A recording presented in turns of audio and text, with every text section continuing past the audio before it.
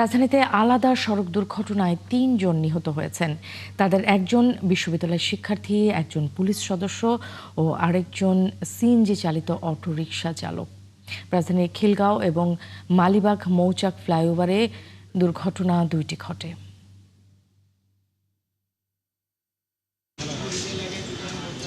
দুটি যানবাহনের এমন দুমড়ে মুচড়ে যাওয়া চিত্র দেখেই বোঝা যায় সড়ক দুর্ঘটনাটি কতটা মর্মান্তিক।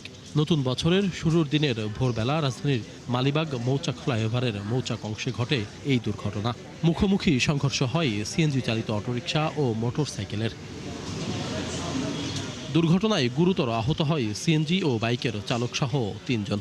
তাদের উদ্ধার করে ঢাকা মেডিকেলে নেওয়া হলে চিকিৎসকরা সিএনজি চালক নয়ন তালুকদার ও বাইক চালক ইয়াসিন আরাফাত আশিককে মৃত ঘোষণা করেন। নিহত আশিক নর্থ সাউথ বিশ্ববিদ্যালয়ের শিক্ষার্থী। তার বন্ধু গুরুতর আহত অবস্থায় হাসপাতালে চিকিৎসাধীন আছেন। রমনা থানা পুলিশে জানায়, বেপরোয়া গতিতে গাড়ি চালানোর কারণে ফ্লাইওভারের মৌচাক ফরচুন মার্কেট সংলগ্ন ক্রসিংয়ে এই সংঘর্ষ হয়। এতে দুই বাহনের চালকই নিহত হওয়ায় কোনো মামলা হয়নি। মরদেহ পরিবারের কাছে হস্তান্তর করা হয়েছে। কেউ ছিল অনেক স্পিডে আর ও ঢুকাই দিছে, মানে একদম মুখোমুখি। মানে দুই ড্রাইভারই তো মারা গেছে, আর ঘটনা তো আর নাই কিছু। একজন জেবে থাকলে না আপনার করতেন, আপনার দুইজনই তো মারা গেছে। মোটরসাইকেল ড্রাইভারও মারা গেছে, আবার সিএনজি ড্রাইভারও মারা গেছে। এদিকে গভীর রাতে কর্মস্থল থেকে ফেরার পথে সড়ক দুর্ঘটনায় নিহত হয়েছেন রুবেল নামের এই পুলিশ সদস্য। খোঁজ দিয়ে জানা গেছে, রাত 12:15টার দিকে খিলগাঁও ফ্লাইওভার দিয়ে মোটরসাইকেল চালিয়ে যাওয়ার সময় একটি কাভার্ড ভ্যান রুবেলের মোটরসাইকেলকে চাপা দিলে ঘটনাস্থলেই মারা যান তিনি।